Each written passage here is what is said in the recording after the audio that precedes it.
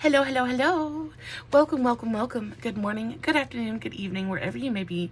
Welcome back to my channel, my Loverlies. If you've never been here before, I'm so happy you found me. I do so hope that you will like and subscribe before you leave. Become part of the Mama family. Mama's got your back, at least where makeup's concerned, and definitely when that makeup is cheap. Nothing we love more than a bargain. But today is a True Love Tuesday, and we are again combining two of my very favorite things, which is our love stories and old Hollywood. And I loved telling last True Love Tuesday story so very much that I kind of went into the same vein for today's video. We're going to be talking about the one, the only, the incomparable Elizabeth Taylor. Guys, I think when I think of just, if at first you don't succeed, try and try again. I think Elizabeth Taylor kind of embodies that. Y'all, she tried and she tried and she tried and she tried and she tried. Y'all, she did not give up until the very end. And boy, oh boy, like, do we have a story to discuss today. So while we do this, I'm going to be doing this eye look. I'm actually doing this eye look for a group that I'm in on Facebook. This is a challenge look. So I'm probably not going to be talking too awful much about what I'm doing, but I will go ahead before we start and let you guys know what I'm using. I'm going to be using two different palettes. First of which is this Amorous palette. This is the Amorous Macaroon Magic palette. It is a really beautiful, pastel palette. I love the glitters in here. The actual formula is not my favorite. I don't feel like it's the most pigmented thing in the world, but they do work beautifully packed over a wet base. So we're going to be using a couple of these shades today. We're also using the Juvias, the bronzed Rustic palette. This is such a beautiful, very easy warm toned palette. We're actually going to be using quite a few shades in here today. I'm using pretty much everything but the shimmers. Yeah, I do use everything but the shimmers in this palette. So this is beautiful. These little palettes are always on sale, guys. So if you've been thinking about picking these up, or if you've been eyeing these and, they're so good. If you can get them for, on sale for, a reduced price. I think I paid, how much did I pay? I want to say I paid around $7 or something for this, which I think it's worth that all day long. They're super pigmented, really easy to work with, super blendable. You get really generous sized pans. They're fantastic. I love these palettes. I actually have quite a few of these 6-pan palettes and I use them all the time. Guys, I am once again filming super late at night because again, I don't have enough, there's not enough hours in the day for me to do everything that I need to do. And I'm trying to get this video in before I have to go to the dentist tomorrow. Y'all, I have to go get a root canal, so I probably will not feel like filming too awful much for at least a day or so. So I'm filming. I really want to get this video up. I don't know if I'm going to put it up early or just kind of put it up Tuesday. We'll see how I feel. But either way, it's going to be a really great story. So make sure that you have a big old glass of sweet tea or a cup of coffee, a snack if that is what you desire, and let's just get right into it. So I'm going to go in with my Juvia's Place first. So before we really talk about, I think the thing when you think about Elizabeth Taylor is not only was she married 1,000,001 times, not really 1,000,000 times, she actually married 8 times. She had 8 different weddings. She was married 8 times to 7 different men, one of whom she married twice. And I think that is the real love of her life was Mr. Burton. What was his name? It's not Tim Burton. Richard Burton. Richard Burton. So she married this man twice. I believe that Richard Burton was 100% the true love of her life. But you know those loves that are just so violent and so you're too much alike, and you guys argue about everything, and everything that draws you together is everything that irritates you about the other person. Just super passionate. It burns hot, and it burns bright, but not always for the longest time. I really feel like that is what Elizabeth Taylor and Richard Burton were. But in between Elizabeth Taylor and Richard Burton, there is Elizabeth Taylor and Conrad Hilton. So Conrad Hilton, yes, Mr. Nicky Hilton, it was the heir to the Hilton empire, the Hilton hotels. And he actually was her first marriage. She married him when she was, I want to say, I think she was 18. And Nikki Hilton, his real name was Conrad Hilton Jr., but everybody called him Nikki. And she married him when she was 18 years old. And I'm going to go in with the lightest matte in the palette. I'm just going to take that on a big fluffy brush. So she married him when she was 18. He was her first romantic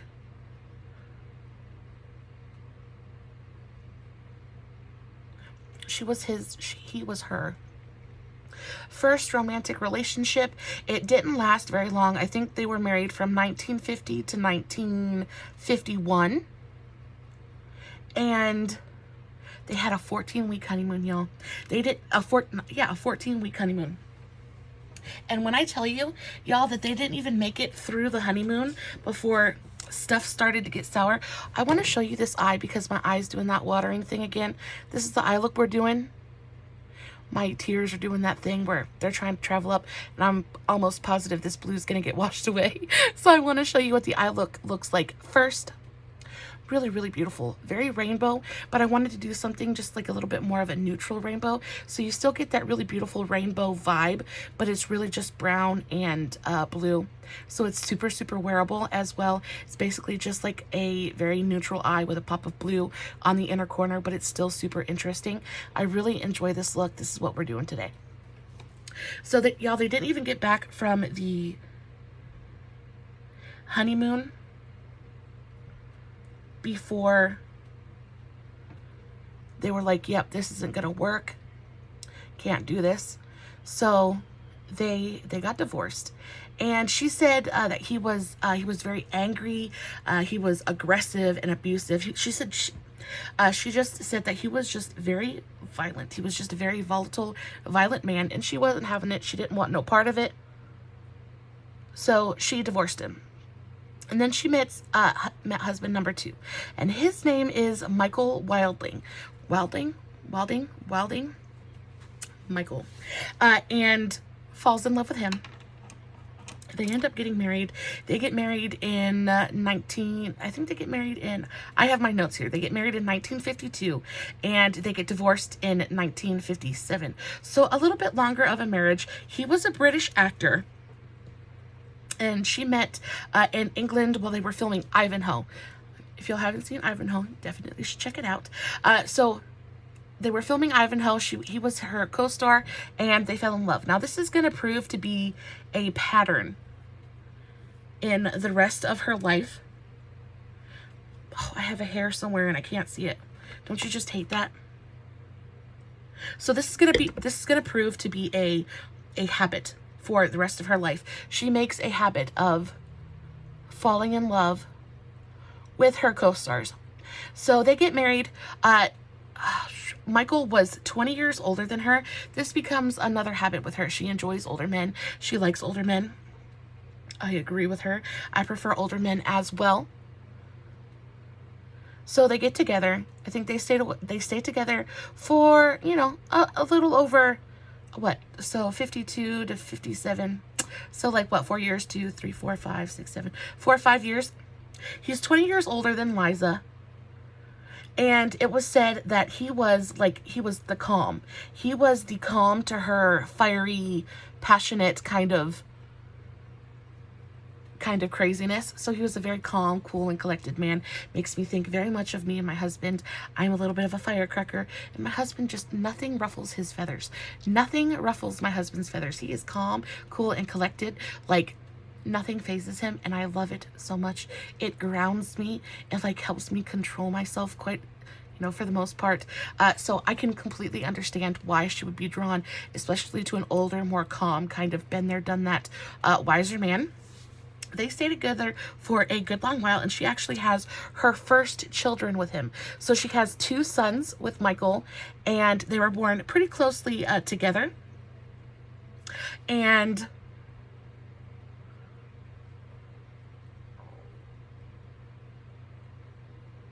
sorry.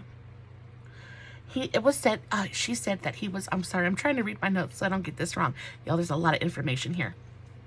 So they had 2 sons, and unfortunately, they ended up not working out. I don't know if it was the age difference, but they ended up getting divorced in 1957. And guys, she stayed in contact with him. She said that he was an amazing father. He was great to their children. So they parted amicably. There was no bad blood there. So next she moves on to Mike Todd, and this one is kind of tragic because I feel like she really loved Todd as well. They got married in 1957. He was a movie producer. He was older than her. Again, he was 25 years older than Lisa. So her last husband was 20 years older, and now her new one is 25 years older. But she said that he was very self-assured and very just confident. He was a confident man. She said that when she met him, he pretty much told her, "You're going to marry me," and indeed she did. They started a relationship and they got married. I believe they adopted a daughter as well during this time. So now they didn't adopt a daughter. They had a daughter. They had a daughter during this time, and she credits Mike Todd to being like the first real, true love in her life, like a real, enduring kind of love, not something that was just, I want to say, more more lust than anything else. This was a true relationship. This was one of those relationships that she really credits with helping her grow as a person. She's also quoted as saying that when he was with her, she was a better person. Excuse me. When she was with him, she was a better person. So there was a lot of love there. And unfortunately, he died in a plane crash. So his plane went down. The name of his plane was called the Liz. So he named his plane after her. And unfortunately, his plane crashed and he died. And she was devastated. She was devastated. And the thing about Elizabeth Taylor is she is not the kind of lady to be alone.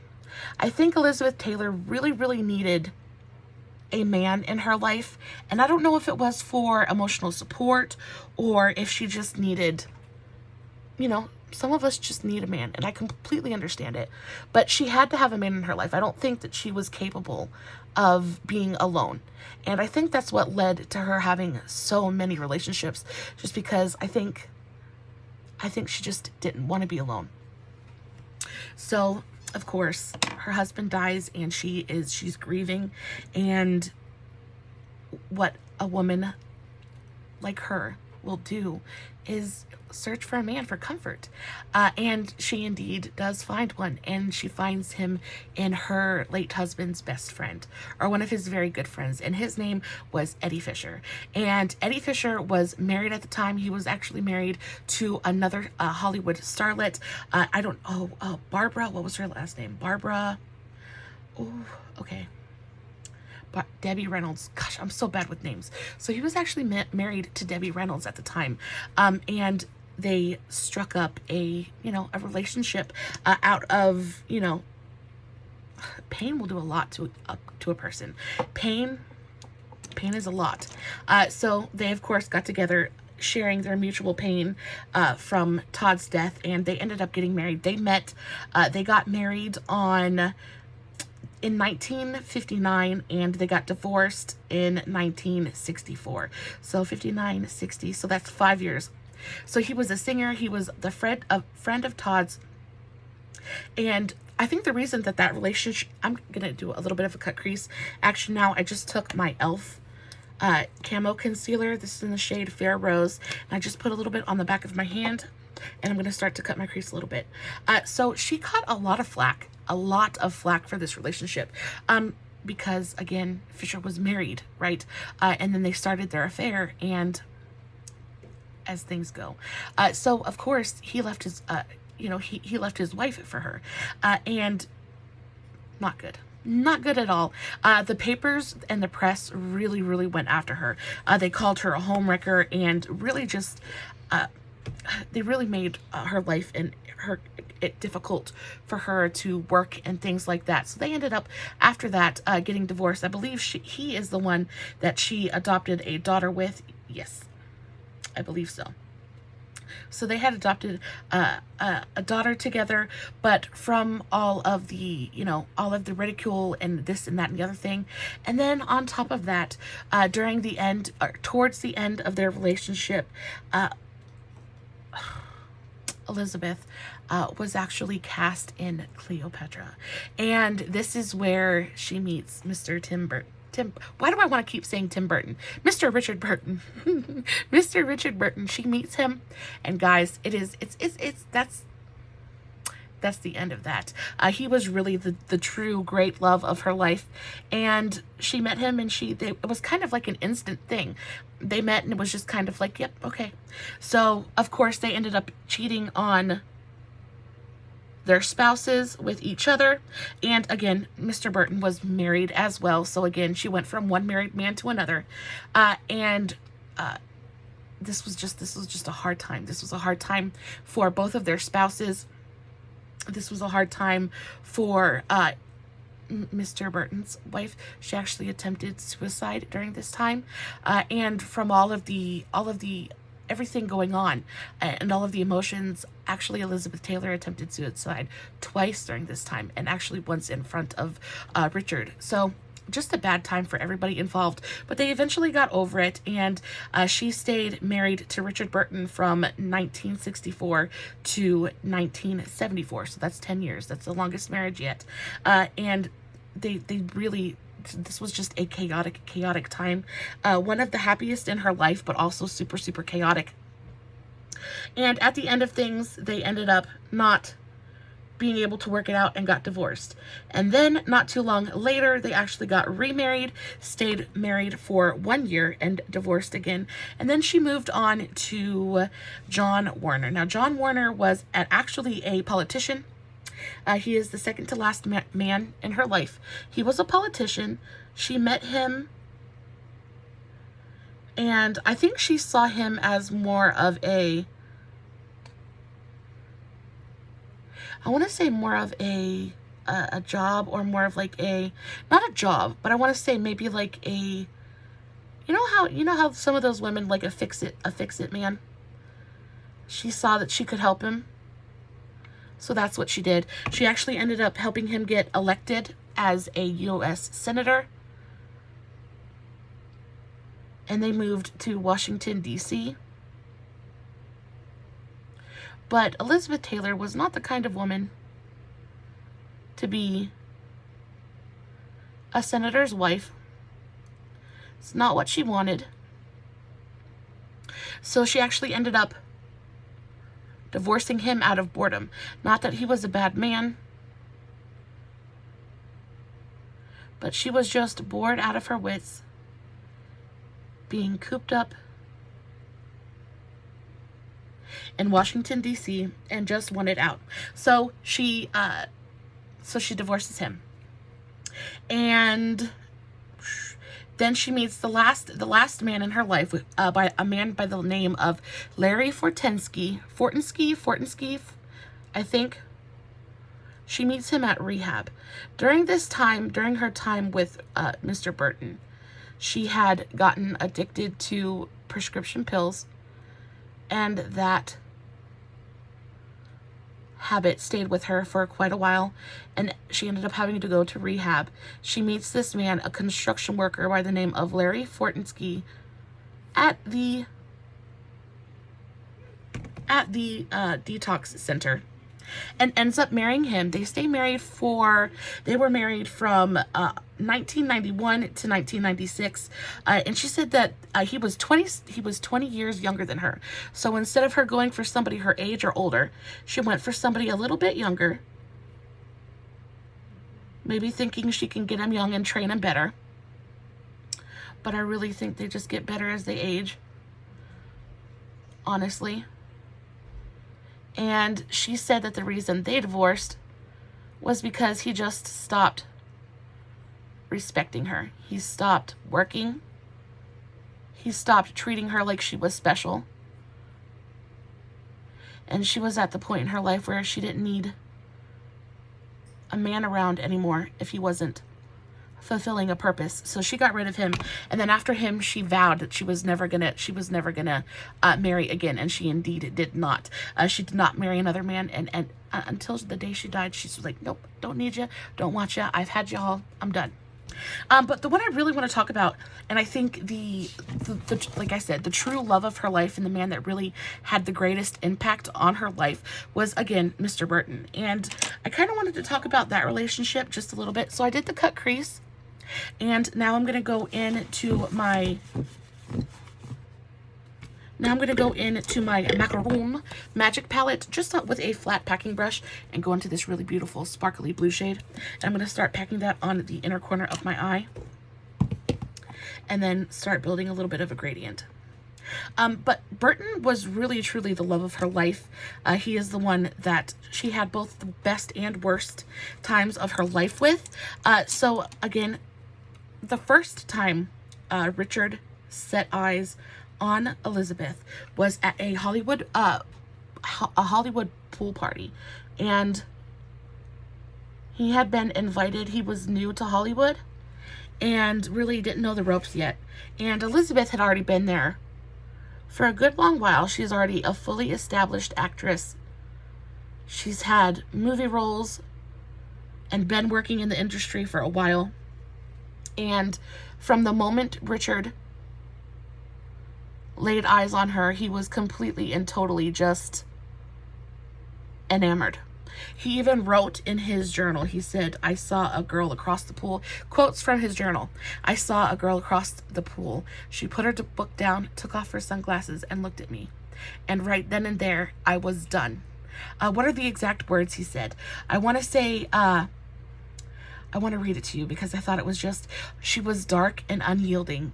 In short, too bloody much. She was beautiful. She was beautiful. She was so beautiful, I nearly laughed out loud. He was instantly, for him to have written that in his journal, you know, men aren't really big on their feelings and stuff like that. But for him to have remembered, and he hadn't even spoken to her at this point.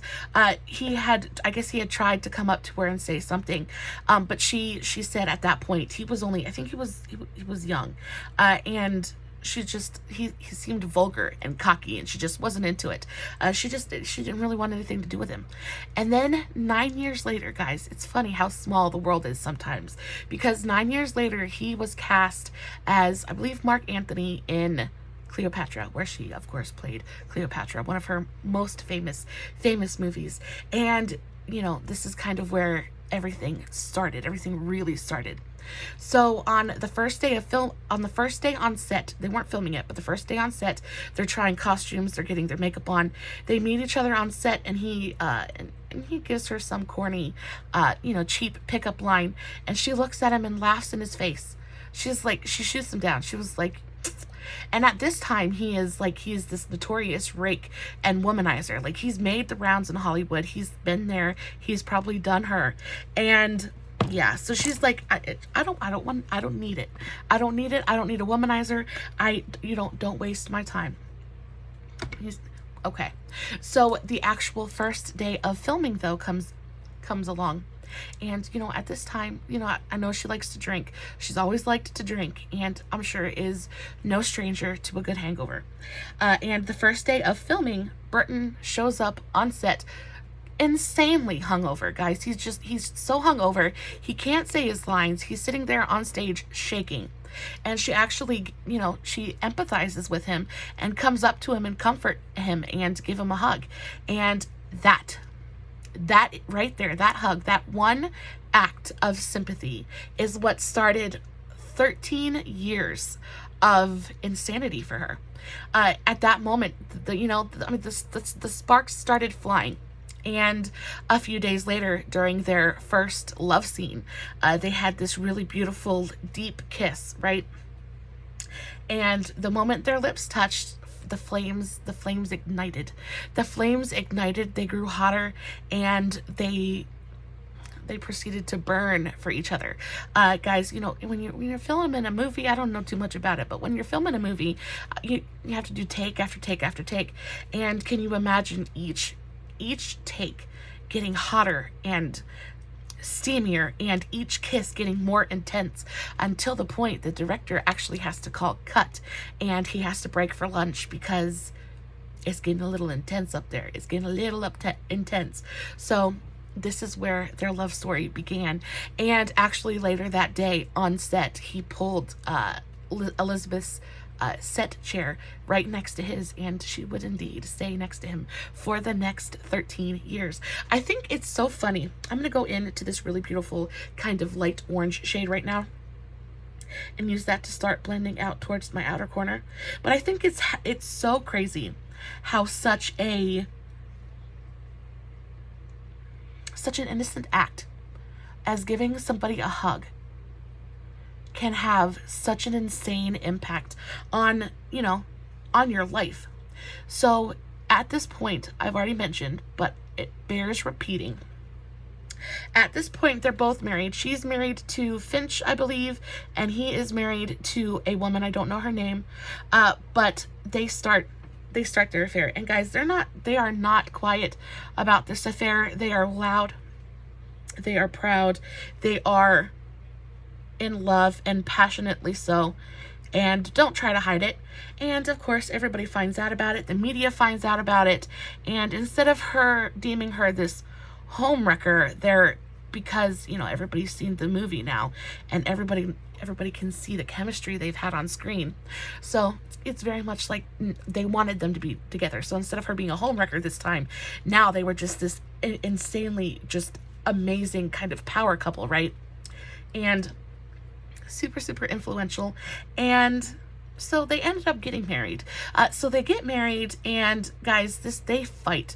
Like I said, they were so insanely similar that the fighting was inevitable, but they fight. And actually they used to fight so terribly that the press actually gave them, and the fights were so notorious that the press actually gave them a nickname, and I believe it was the something Burtons, the boxing Burtons, something like that. And so yeah, and then they used to fight because they're turds.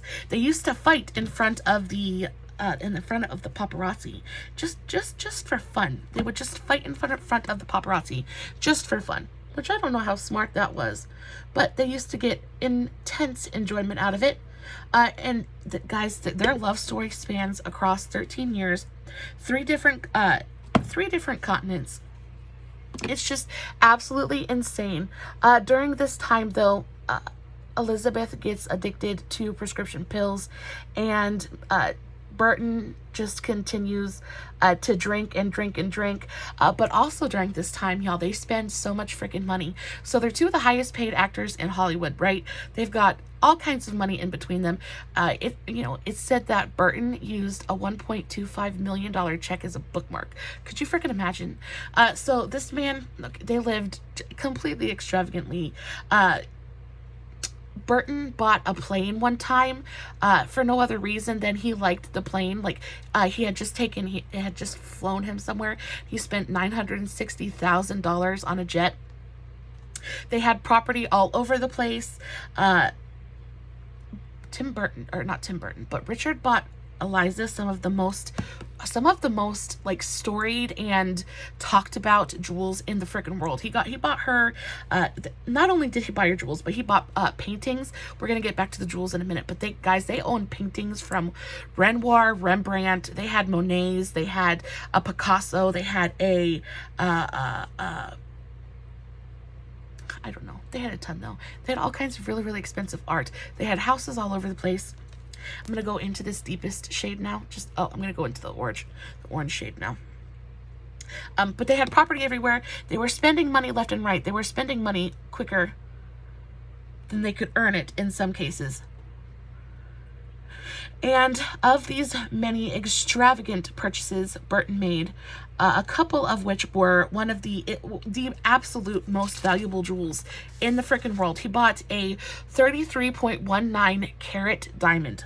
Okay, he bought a 33.19 carat diamond. Now, just for reference, my ring my ring. I don't know if you guys can see that.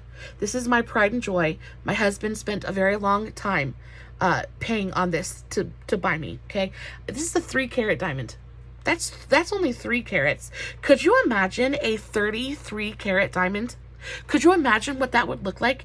I couldn't. I honestly could not imagine what a 33-carat diamond looks like. But he bought it for her. He also bought her a famous pearl, once owned by the Royal Bonapartes. He bought her this pearl. I don't know how much it was. I don't know how many carats it was. But it was like over $1 million, okay? Over $1 million worth of pearl. And I love pearls. I think pearls are so beautiful and timeless and classy. I love a good pearl. But y'all, this man spent so much money on this pearl. And then 2 days later, she looks down at her pearl and it's freaking gone. The pearl has fallen off of the teeny tiny, dainty little chain it was on and is now nowhere to be seen. Luckily, this woman starts looking for it frantically, just like all of us would. Because I know if I lost a pearl like that, or any kind of piece of jewelry like that, I'd be on my hands and knees combing through my entire house. No stone would be left unturned, and that is a fact. So, they're looking for this pearl. And they finally find it. She notices her dog is in the corner, chewing on a bone. And she thought that was odd because they didn't give their dogs bones because they were so tiny. Well, she goes over to check it out, and lo and behold, her dog is sitting there chewing on her $1 million diamond. So she gets it out of the dog's mouth, and thankfully, the pearl is largely unharmed. There's not a scratch on it. And she continues to wear it. But could you imagine losing a jewel like that? Like, how would that make you feel? What would you do?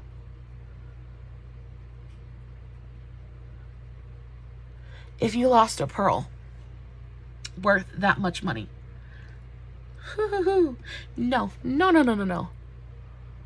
I know I thought I lost my nose ring the other night, and I about died. Because it's real gold. Because I'm allergic to other metals. They turn me green and they make me they give me a rash and stuff. Anyway, I thought I lost it. And this thing, it only costed I don't have it in right now, but it's because I took it out. But it wasn't very expensive. It wasn't very expensive at all. But I still lost my mind thinking I lost it. I couldn't imagine. I could not imagine what I would feel like if I lost a diamond like that. No, I don't even want to picture it. Anyway, so worst comes to worst, his alcoholism gets worse, and on top of that, he starts having affairs and starts cheating. He actually was on the set. I think they were filming another movie together, and I think it was called not Who's Scared of Virginia Woolf. Okay, they're filming a movie. I'm trying to see if I wrote it down, but I don't think I did. They started filming a movie, and he took one of the extras into his dressing room to do some stupid things, I'm sure. And lo and behold, there was Eliza hiding behind the couch with a broken freaking vodka bottle. She jumps out from behind the couch and brandishes this bottle at this girl who has no idea, absolutely no idea what's going on, and scares this poor girl half to death. And they got divorced not long after that. But he actually continued to have affairs. And after that one affair, he actually started having an affair with an actress, a legitimate actress by the name of Natalie Delon. Delon? Anyway, he started a real romance with her, and they were divorced very soon afterwards. But what I think is so actually endearing, and how I know that they really did truly love each other, is because I was doing my research, and a lot of the articles just ended there and didn't really give too much backstory on what happened after they broke up and things like that. It says they broke up after that, and then of course they tried again, and they got remarried. Not a lot of information on that as well. Mostly just they tried and they failed again and got another divorce.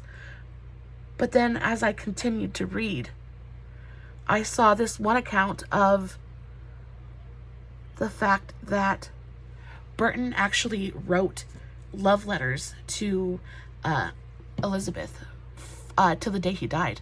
He actually died in Switzerland. And I'm sorry, I'm trying to focus and talk at the same time. I'm going to get better at it eventually.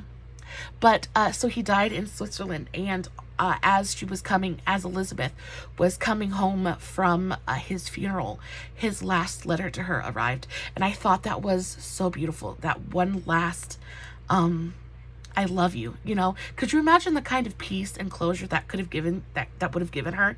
Like, if all of us could get that one last letter from a lost loved one, it would make things so much easier to bear. And she said that it did. It gave her great peace, and it helped her in an immeasurable amount to have been able to get those last few words from him. But he wrote to her, and in that last letter, he said, "You are where home is, and I want to come home." And so for the rest of her life, she got to keep close to her heart the fact that his last thoughts were very likely of her and of wanting to be with her. I thought it was so beautiful. Though, you know, it's tumultuous and definitely not perfect. I think people by nature are flawed, and I think that marriage by nature is a lot of hard work. And as much as I believe that you can love more than one person, I do believe that there is that one person who has the other half of your soul and who you're meant to find and be with. And I believe that for Elizabeth Taylor, hers was Richard Burton. And it's so sad, because if they would have just been able to quit the booze and quit the pills and the drugs and everything else, if they could have just stopped and just let it be the two of them, and there wasn't the press and Hollywood and everything coming in between them as a couple, I really believe that they could have really been happy. It's always so sad, you know. And I think what makes me so sad and what makes me empathize with them so much, or with her in particular, is, you know, I think she just wanted to find her person. And I don't think that you should ever be penalized for just wanting to be loved. And I just think that the timing was never right for her. And I don't know. It seems like it's almost tragic to me. It seems like she just wanted so desperately to just be able to find that one relationship that was going to make her happy, and that was going to be enough. And she just never could do it. But guys, that is the end of our story today. I hope you enjoyed it. I really enjoyed telling it. I think that a lot of these older love stories are just, I don't know. I think there's an element of glamour to it. There's an element of just something exciting. Just something exciting, and not something that we see all too much nowadays anymore, unfortunately. I'm going to try and hurry and finish up this eye look. I'm going to go back into the Macaroon Magic Paint palette, into that really beautiful blue. I'm going to take that on this e.l.f. eyeshadow brush and just tap it down here and try to copy the gradient on my lower lash that I have on my upper lid. I'm going to go into the Juvias place and into that kind of mustardy warm toned brown and tap that on into the center of the lower lid.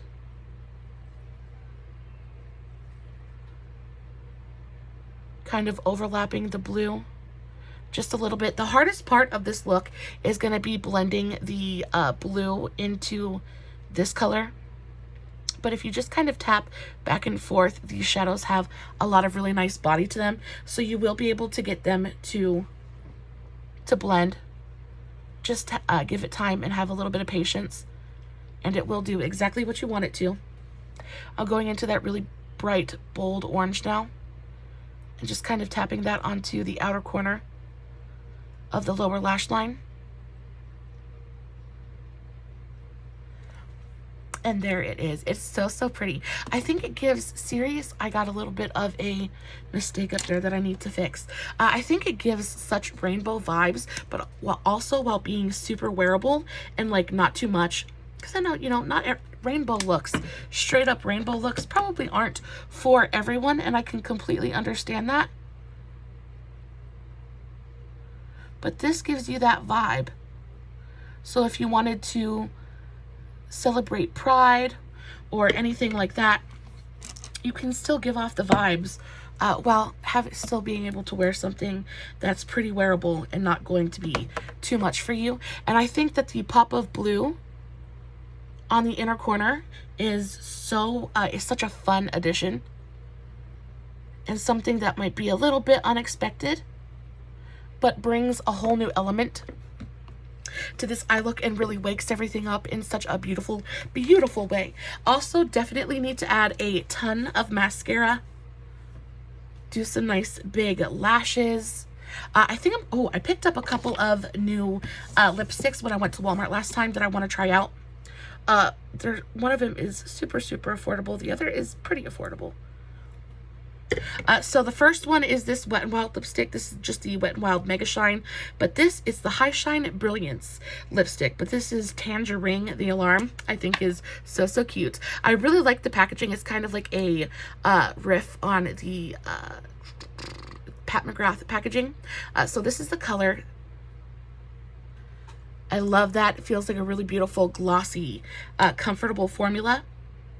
And then I picked up this one from Covergirl. This is the Covergirl Exhibitionist Cream Lipstick in the shade Orange AF, which I just loved the name, but I just love this color. They're pretty close. This one is a little bit more macaroni and cheese.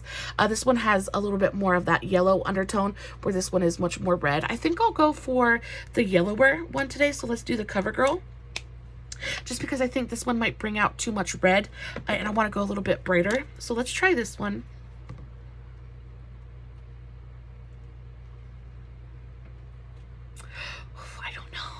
I don't know if that's like too...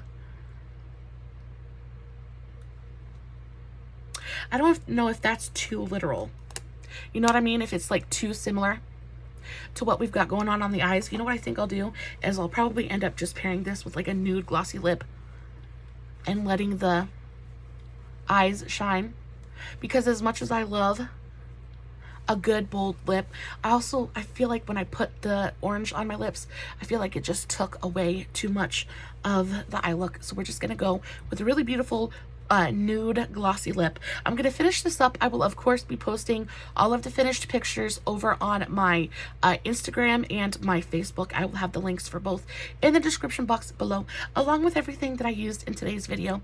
Guys, I hope you enjoyed it so very much. I know your time is precious, and I am so grateful that you choose to spend it with me. Until next time, my loves, don't forget to like and subscribe. Leave me a thumbs up. It really would help me out more than you will ever know. I would love you forever for it. And until next time, stay safe, take care of yourselves, and remember, you're important. Bye.